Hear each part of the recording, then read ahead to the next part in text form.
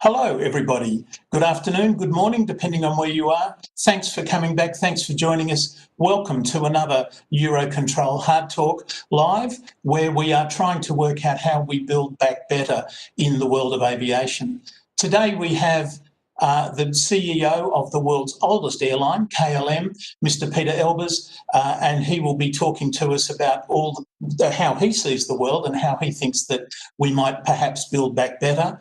But before we do that, as is usual in the Hardtalk live events that we're having, I'm going to ask the Director General of EUROCONTROL, Mr. Eamonn Brennan, if he'd be so kind as to take us through the numbers. And again, I feel I should offer you a trigger warning at this point. If you are sensitive, now might be a very good time to look away. Eamonn, over to you. Thank you. Good afternoon from Brussels, and a special thank you to Pieter Elbers, CEO of KLM, who's joining us today for our Dutch afternoon, consequently the orange tie. So today I just want to give you a short update and follow up on where we have been for the last number of weeks on how the industry has been performing in Europe, and we all know it's a pretty bad story. So if we just look, essentially we're now entering a second wave. Lockdowns are returning. There have been announcements in the Netherlands, coming into effect tonight. All over Europe, there's been changes. So we're seeing the effects of a second wave. We're also seeing a very dismal effect on Europe's airports. Revenue is 69% down for the year. They've lost 1.7 billion passengers in Europe. And if you look, for instance, at global airline losses, 419 billion of a loss, 25% of that is actually in Europe. And also what's interesting is if you look around the world, it's all over. Interestingly, the Middle East, 56% loss, USA, but China, for instance, has a 10% dip. And yesterday it was interesting, they had 12,154 flights in China. Previous day, last year, they had 14,000. So the domestic market in China is returning quite strong, even though the international market in China still is very low at about 10%. So it's a worldwide phenomenon. We had this week coordinated measures adopted by the EU Council, and to be honest, the big push really was to try and get an industry common testing framework, and it's hard to decide what's the correct protocol for this. But this was not positively received by the industry, by the airlines, or by the airports, who felt it didn't go far enough. But to me, it was a good start. It was something at least to get the ball rolling, and I would urge governments to adopt consistent measures throughout Europe. The other thing I just wanted to say to you is that if we just look at where are we now, today, in the last 7 days, we're 56% down in flights from the same period last year. Significant. We've never seen this before in 50 years, in the last 50 years or the last 100 years of aviation. And just look at yesterday. Yesterday, the 14th of October, a 58% reduction. So we're looking at the situation becoming worse each day. And for instance, on the same day last year, we had 32,000 flights. Yesterday, we only had 13,000 flights. So it's not a good story. It's not a new story. Load factors throughout the system, they're averaging about 50%. But here's the big issue.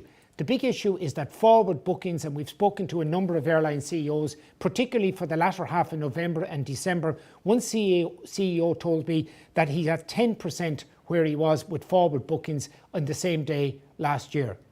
So if you look at the large European airlines, for instance, the largest network carrier, say Ryanair, had 720 flights yesterday. The same day last year, that would have been about 2,400. Look at KLM 386. What's really significant worth looking at also is EasyJet, 269 flights yesterday. Quite a significant reduction, a 53% reduction in capacity over the last 2 weeks. So they seem to have basically pulled capacity completely from the system, and our information is they probably won't return it until after the new year. So it's quite a dismal effect for airlines for the last number of weeks. If we look at KLM, Royal Dutch Airlines, earlier this year celebrated 100 years, and Pieter will talk about this. What's really interesting to see though is that they had a low point of the 13th of April where they had 27 flights, and I think they were the same as everybody then, nothing happening except cargo. High point 514, and since the lockdowns have started again and the uncertainty has increased, we've now seen them with 386 flights, a 49% reduction. It's worth also looking at Schiphol. Schiphol is a very important hub for Europe, one of Europe's busiest airports. And all through the pandemic, Schiphol has remained as the busiest airport in Europe. And this is largely through the effort of KLM, operating cargo, operating intercontinental repatriations, etc. So it's very important. But looking at the whole European system, we've seen a 75% reduction in passenger traffic since 2019. And this is basically, a catastrophic situation for Europe. So just to end, I want to just make a point. The scenario for the winter doesn't look very good. And what we're facing is a situation where even the projections that we made 2 weeks ago, we're now looking at them being very difficult indeed. And we're looking at having to revise them further down the way, because what's happening is that the second wave is hitting Europe, governments are taking action. And this morning it was interesting to note that the Commission, European Commission, were asking again for governments to act in a coordinated manner. We cannot get certainty into the industry until this happens. So thank you very much for listening to me for the short update. I transfer you to Amsterdam now to Pieter and the KLM team, and to Geneva with Andrew. So I hope you enjoy the hard talk. Thank you very much. Thanks very much, Eamonn, although I'm not sure thank you is the words we're after, but they were certainly very helpful and very full figures, even if they were quite skinny. As is custom for the Hard Talk Live, we now have a very short introductory video before I introduce our guest, Mr. Pieter Elbers.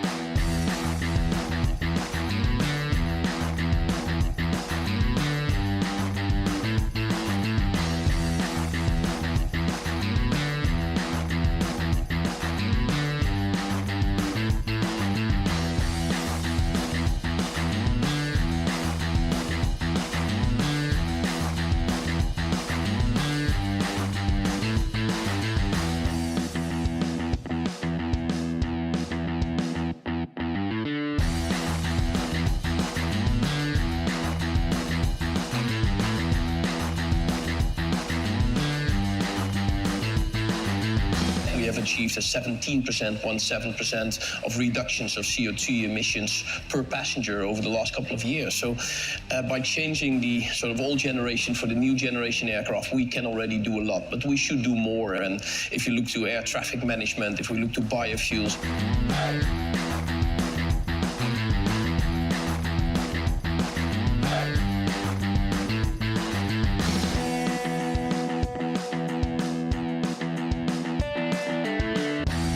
the planes are parked at Schiphol. We wanted to keep some service, in fact, in operation in order to do things, to repatriate still a lot of people who are outside Europe, bring them back home, bring them back here to Europe, or elsewise bring people from here back to their countries, and also move some cargo. We see there's a lot of need for medical supplies.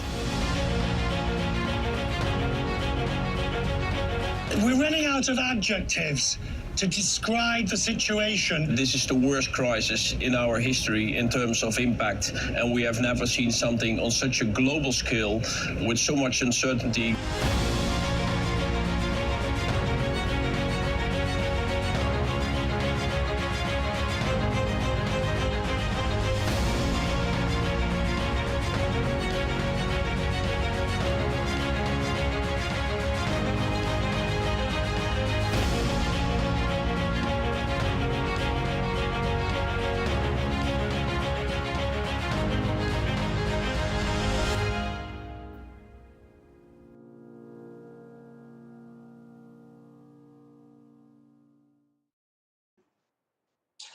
Well, Pieter, after those very kind words in the video, welcome to Hard Talk Live, welcome to EUROCONTROL. It's not been the easiest of years, has it, for your 100th year? Well, good afternoon. Thank you for having me. No, it's been a roller coaster. We celebrated 100 years indeed last year October, and just a couple of months later, this whole crisis has started, and we're in the midst of the biggest crisis the aviation industry has faced, probably since it ever existed. You must almost have had more flights in your first year than in your 100th year. Yeah, well, at one point in time, we looked back to our production levels, and we came to, I think it was 1933 or something, as a comparison where we are. Fortunately, we're a bit higher now, but still, the numbers are incredibly low. Wow, 1933, my goodness. When you started as KLM, I mean, as befits the Netherlands generally, you were very much a free trade pirate, weren't you, KLM? You were a sixth freedom carrier. You almost invented the whole sixth freedom long haul model. Do you think we'll ever get back to that?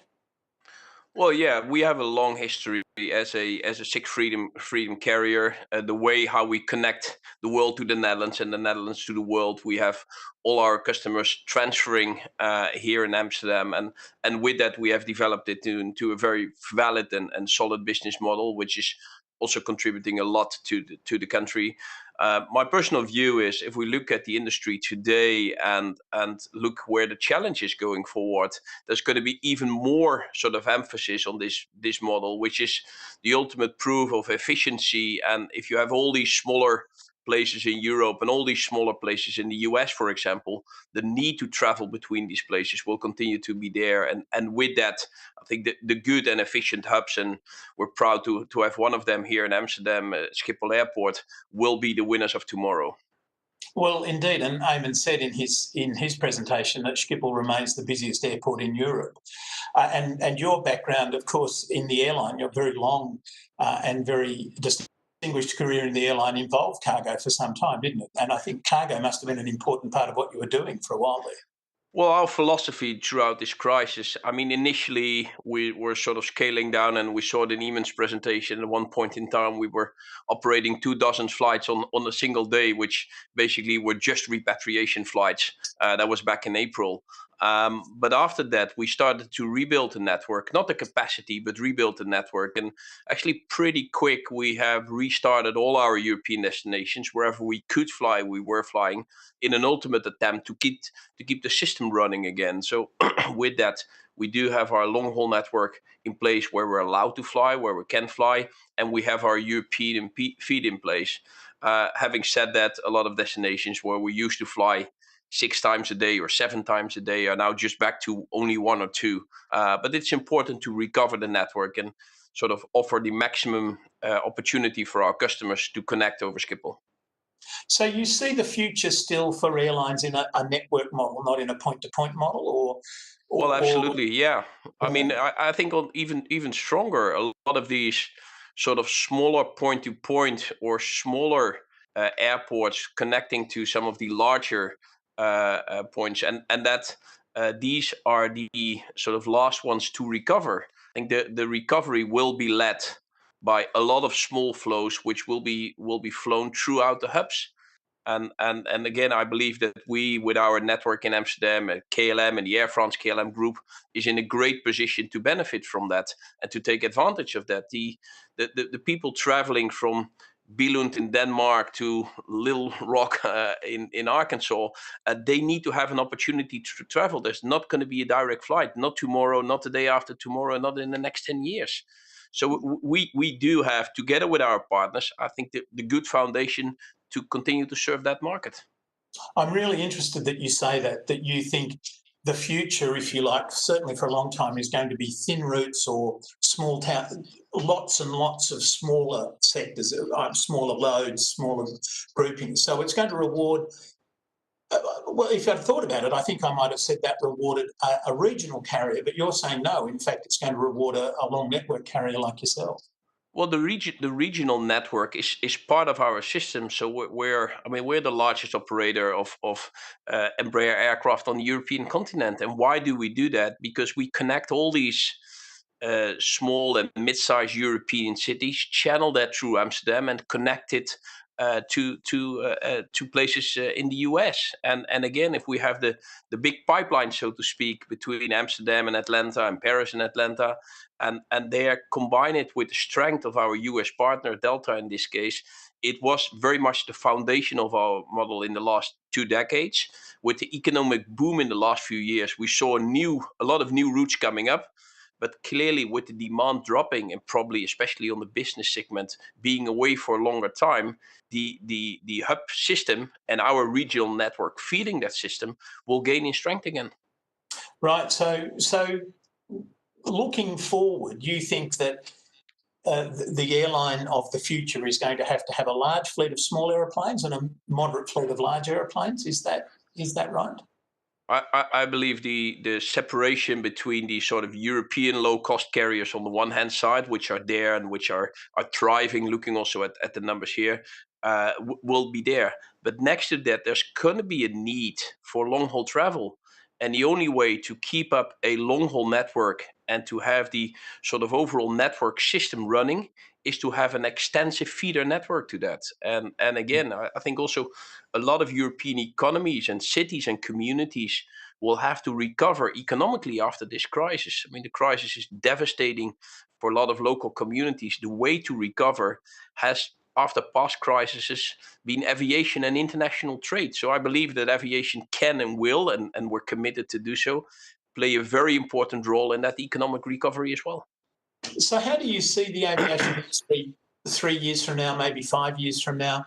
Do you think playing that role, playing that part, being an important part of any recovery, do you think it's going to get back to the way it was? Well, probably every crisis so far in the industry has led to consolidation, has led to new dynamics and innovation, if you wish. If I look a little bit back to the Ash Cloud closure, for example, for us, it was a way to move forward with our social media. The call centers were sort of, they couldn't handle the enormous volume of calls, and social media was the way to communicate. And it has sort of started and kickstarted really our innovation and our digital trajectory towards our customers. If I see some of the challenges we have today in the field of sustainability, in the field of predictability, in the field of being agile with your company and to communicate with your clients, I think this will help new things like artificial intelligence, using bots for quick communication to our customers. So next to the crisis management, I feel we should embrace some of the sort of technological advancements we have in order to build a better future for the industry. And I'm really interested that you keep talking about the fact that it's about communicating with your passengers. I mean, one of the fears I've had recently looking at a lot of what the airlines are saying is it's not very customer-centric. It's everything, not unsurprisingly, I guess everyone's worried about themselves and to survive. But I'm also really interested that you mentioned... if I may interrupt you, I would tend to, and I think you wanted to have more like a conversation. No, but please do. so I tend to disagree. Where we had a challenge, and we still have a challenge, is to make sure that the sort of speed of cancellations and the refund procedures are being done in a good way. Because the amounts are so huge, not only in terms of money, but the volume of claims is huge. Mm-hmm. Having said that, our communication to our customers in terms of what sanitary measures are we taking, what's our rebooking policy, how do we make sure that we keep social distance on board, the information on the HEPA filters, the push we do to the European governments to make progress. So I think we are communicating a lot, and not only us at KLM or Air France KLM, but I think in the entire industry. I've seen some great examples from other carriers, also our partner Delta, for example, how effective we communicate to our customers. So especially in this crisis, we're doing so. Well, I'm pleased that you say that. I mean, from my perspective, as a general comment, I don't think passengers are afraid to fly. I think that the message about HEPA filters and so forth is getting through. I think the real issue is they're afraid to arrive. I mean, there are just no healthy destinations at the moment, and they don't know what will happen when they have to come home and those sorts of things.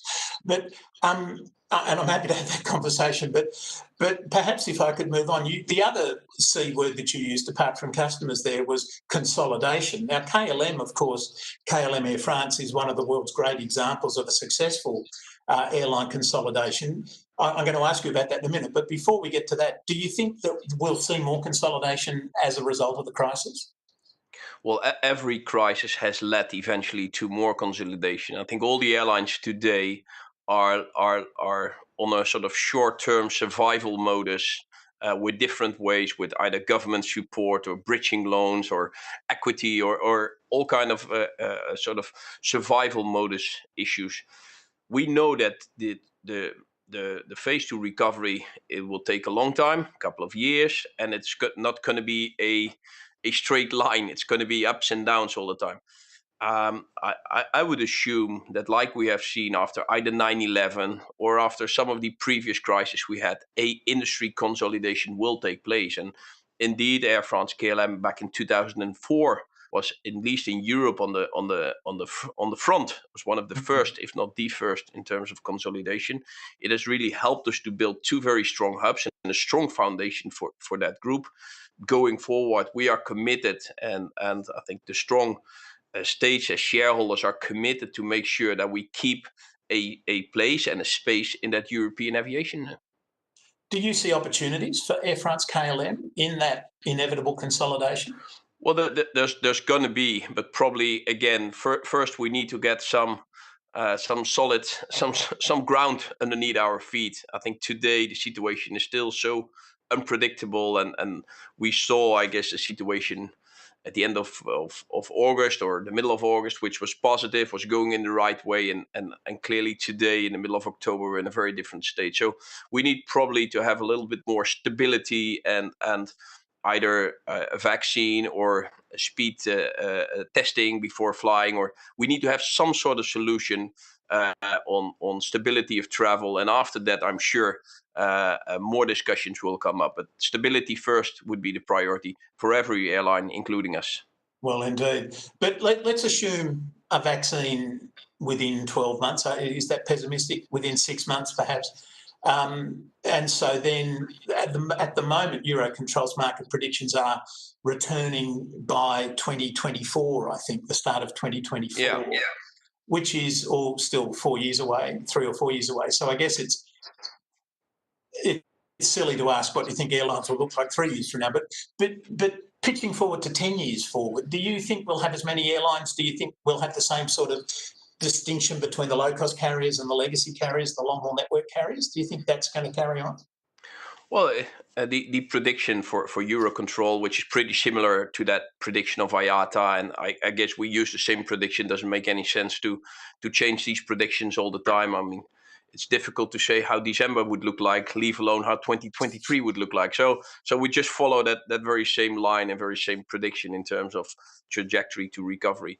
I take some hope, if you wish, if I see, for example, looking to our markets here, April and May, it was completely, there was no flights, no nothing, just a handful. When it started to open in June, we were back to 60 to 70% of our production in July.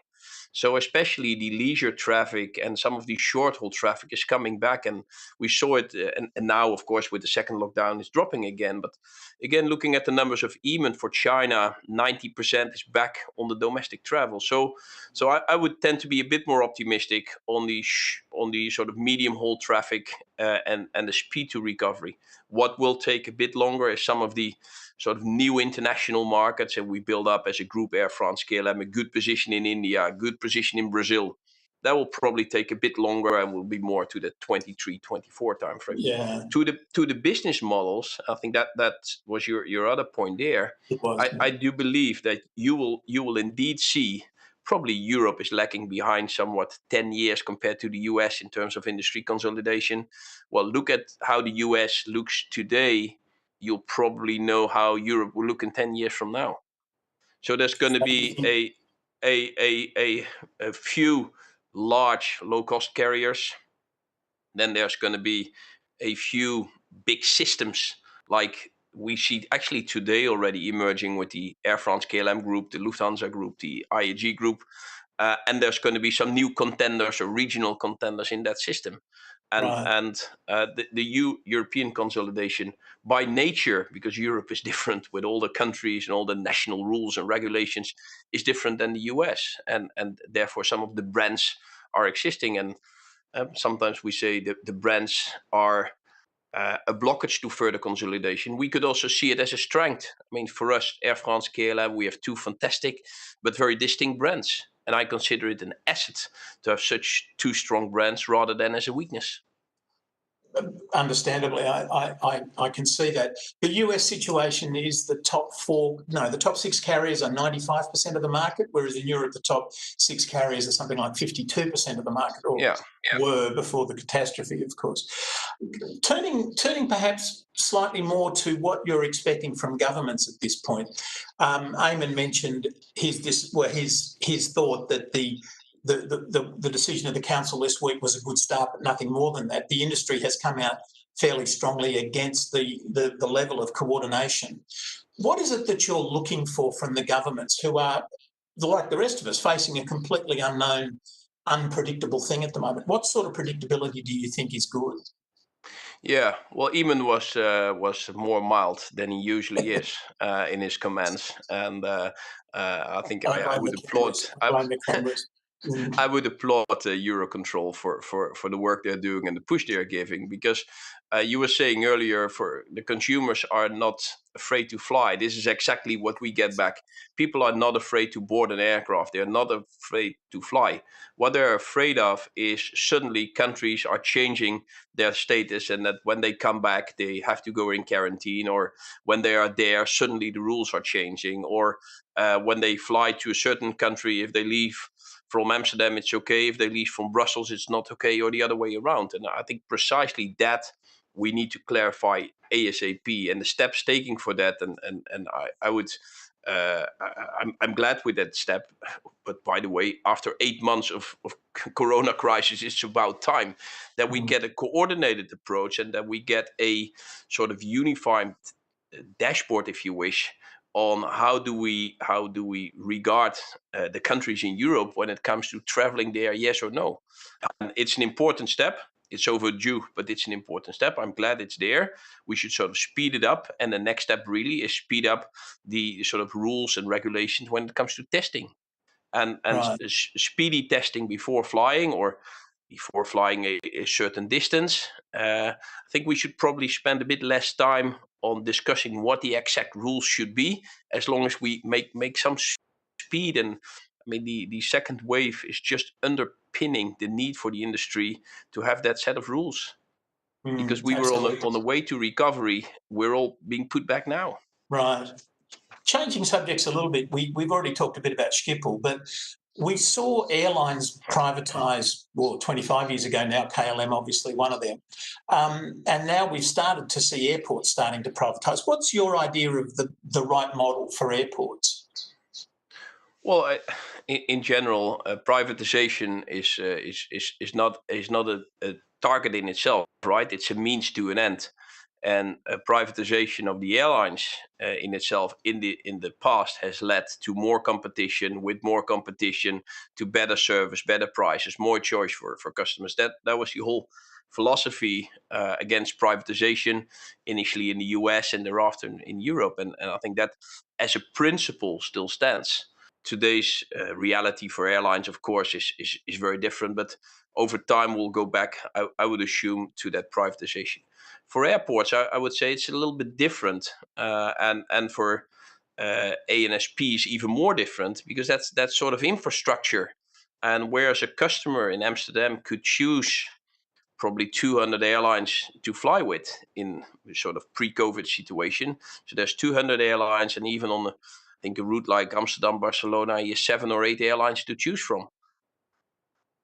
The reality is I cannot choose airports. I can choose where I fly, but not where I fly from. I cannot sort of pick up 200 aircraft and say, you know what, I don't like it anymore at Schiphol. I go to Brussels or to Paris or to Frankfurt. Or to Lelystad. Or to Lelystad. So this whole idea of competition, there is some competition between airports, but not to the scale that there is competition between airlines. So I would take a very cautious approach on that, and to have mechanisms whereby airports are incentivized to be customer oriented, to have a good cost basis, to be efficient. That's great. I'm not sure if you need to be privatized for that. Actually, I think it's better not to be privatized for that. As you rightly say, privatisation is a mode, it's not a target. I agree with that. But you've also mentioned the ANSPs, and thank you for that, because it's one of my favourite topics. Why can't we get a single European sky? Yeah, well, if anything, I think today's crisis, it was already before we were in this COVID situation. I mean, we are putting so much efforts and so much money on the field of sustainability, which every euro we spend on that is a euro well spent in fleet renewal and all things. But then having sort of the political unwill not to move forward on the single European sky, and with that burning and wasting 10% of the CO2 emissions in Europe has been a shame. It's inefficiency for our customers. It's a waste in terms of CO2 emissions and fuel. I really hope that now all the European states are putting so much support to their airlines, and it would be incomprehensible really to support airlines on the one hand side and to leave an ineffective, inefficient, scattered European airspace system in place. So I would really urge and push to move finally forward on that. And I think Eurocontrol and the way a European airspace could be working, if there's a time to move forward, is really now. Why can it not be done? It's political. So if we need to have the political courage or even ownership, I mean, the big European projects came because state leaders took ownership and responsibility for that. And I can only hope and plead for European leaders to do so. And are you talking to your state, to France's leaders and what have you about Sure, this? sure, we're talking. Well, the Dutch airspace is not the biggest airspace in Europe, but sure, we're talking to them, and surely we're pushing them. And again, I think before COVID-19, it was a matter of CO2 burn and inefficiencies and delays really in the European airspace. Today, with so much pressure on cost and the mere survival of the industry, it should be a no-brainer to move forward on that. The Netherlands may not have a lot of airspace, but they've got a very busy airport, of course, and a very busy terminal area. That's precisely why I'm pushing so much for this. Again, if we look, it's incomprehensible for me that European states are spending billions to support their airlines to get through this crisis, and they are supporting airlines not because out of charity purpose.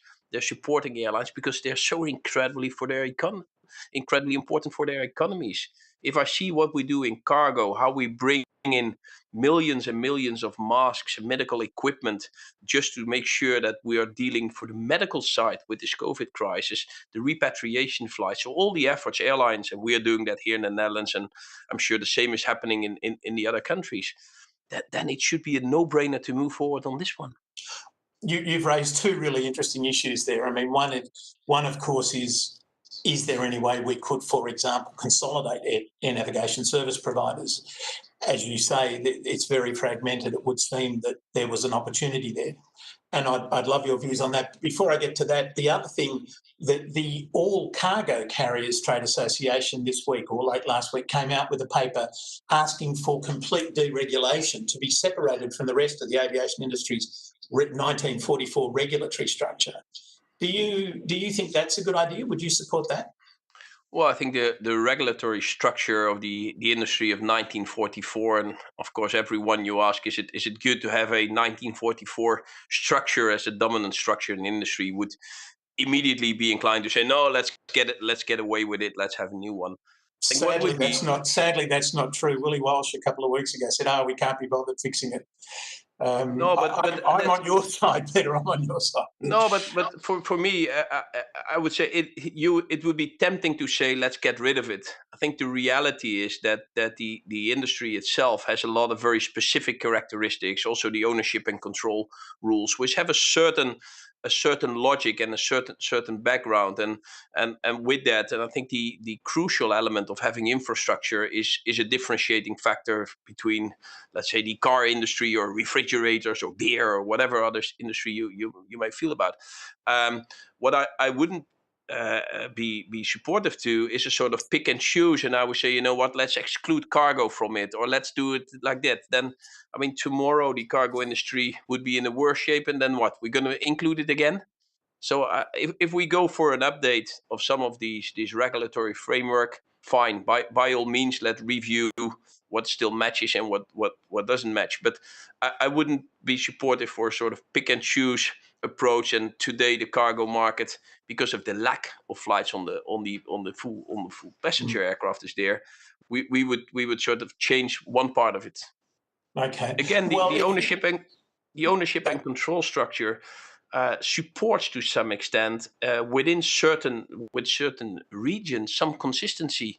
I mean, even today, the European framework for support from is within the European framework. So I think we should be very careful by just doing away with it. Okay. You've gone about 180 degrees there, but that's all right. I think you sorry, I think you misunderstood me, Andrew, when I started to say it's tempting to do away with the 1944 regulation, and then you interrupted me. I would say it's tempting to do that, but the reality is we shouldn't move so fast. So that's Okay. it's not 180 degrees. Sorry about that. No, not at all. Damn, I thought I had a story there. No, you haven't. Sorry about that. Let me, in the last couple of minutes, ask you about the sustainability stuff. KLM, as you rightly said earlier on, has been right at the forefront of that. And late last year, you came out saying, think about not taking a short-haul flight, think about taking the train. Do you still think that's the way forward? Yeah, our initiative last year, our Fly Responsibly initiative, was both daring as well as consistent with our initiatives. For the last 10, 15 years, we're in the top of the Dow Jones Sustainability Index as an Air France KLM group, and within that part, KLM is taking a lot of initiatives in doing so. And we have put our money where our mouth is in terms of participating in biofuels and participating in new technology. And there's always a discussion on trains. I would support a better train network within Europe using some of the sort of feeds towards airports. If we have great connections between some of the European cities, perfect.